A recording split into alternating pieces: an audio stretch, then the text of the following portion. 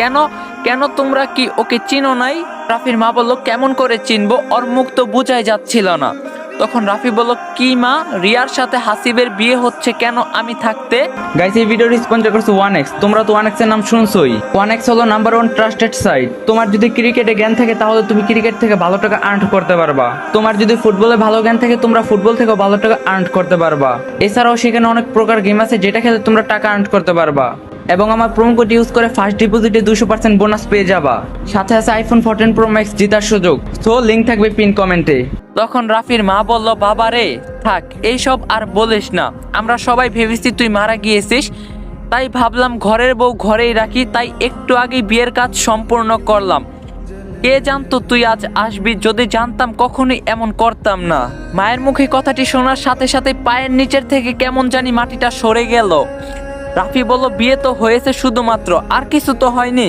Hasib divorce দিলেই তো হচ্ছে। তখন হাসিব বলল, ডিভোর্স মানে কিসের ডিভোর্স? হ্যাঁ। তখন রাফি বলল, তুই রিয়াকে ডিভোর্স দিবি, কারণ রিয়া আমার বউ। সাথে সাথে রিয়া বলে ওঠে, এই যে রাফি, আমি আপনার সাথে থাকতে চাই না, কারণ আমারও হাসিবের বিয়ে হয়ে গিয়েছে। তখন রাফি বলল, বাসর তো হয়নি। তখন হাসিব বলল, হয়নি, তবে হবে, কোনো সমস্যা নাই।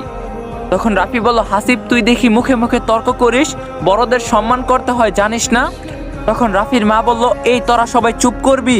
তখন রাফি বলল, মা তুমি হাসিবকে বোঝাও যে রিয়া তোর বড় ভাইয়ের বউ।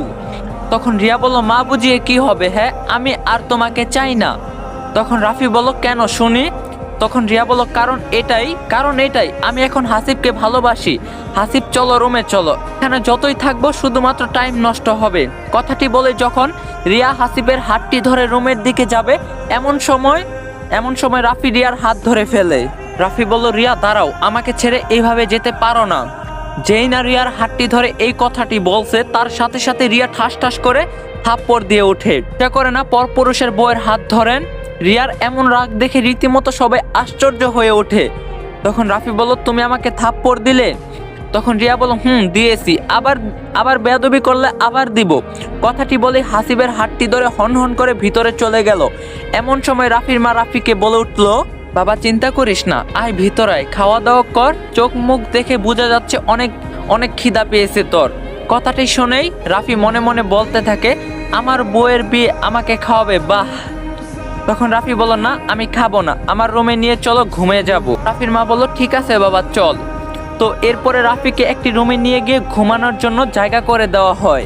অনেক জার্নিও হাজারো টেনশন নিয়ে রাফি ঘুমিয়ে পড়ে, কিন্তু হঠাৎ করেই মধ্যরাতে রিয়া চিৎকার দিয়ে ওঠে আর বলতে থাকে, প্লিজ